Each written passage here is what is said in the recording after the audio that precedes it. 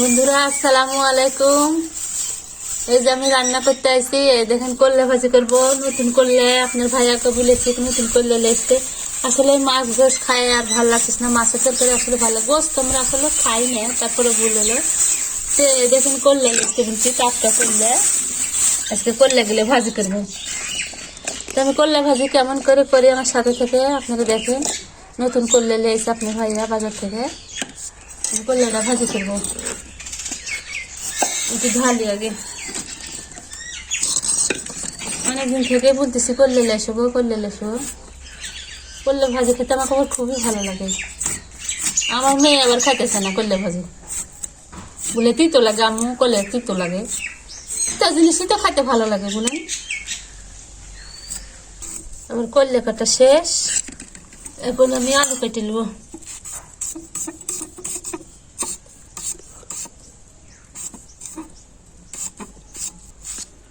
নতুন পেঁয়াজের কোনো বোপা নাই। মরিচ আমার কাছে শেষ, এতদিন আমার কাছে মরিচ খানো, এখন মরিচ ফুটে গেছে। এখন এই যে মরিচ কিনে এসে এখন খাওয়া লাগতেছে। বাড়ির জিনিসের লাগান শান্তি আছে খায়া, একটা লাগলে 10টা দিই। আর এখন কিনে আসলে এখন আমরা বুঝতেছি করলে ধুয়ে নিই। হাটের জিনিস একটু বেশি করে ভালো করে ধুয়ে নিতে হবে, পরিষ্কার করে রাঁধতে দিই। একটু রাঁধতে দেরি হলেও পরিষ্কার করে সবকিছু ধুতে হবে। এখনকার জিনিস খাওয়া বলে বিপদ, যে তাকে ইয়ে দেয়, বৃষ্টি দেয়, এগুলো জিনিস খায় মানুষের আরো অসুখ বিসুখ বেশি হচ্ছে। মানুষ আগে সব করেছে, অত ওষুধ টষুধ দেয়নি, সুন্দর জিনিস খাইতেও স্বাদ। আর এখনকার জিনিস কোনো স্বাদ নাই, বাতাসে ধরবি না।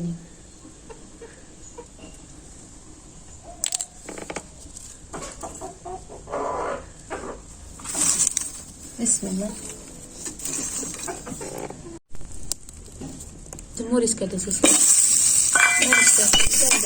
বাপরে মোটা মোটা মরিচ।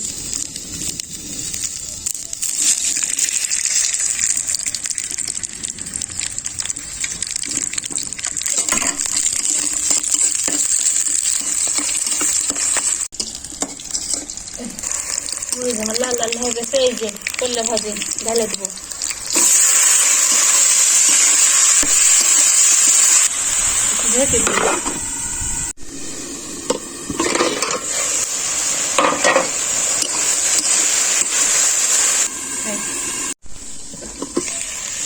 যেমন হয়ে গেছে করলে ভাজিটা, কি সুন্দর দেখেন লাল লাল হয়ে গেছে।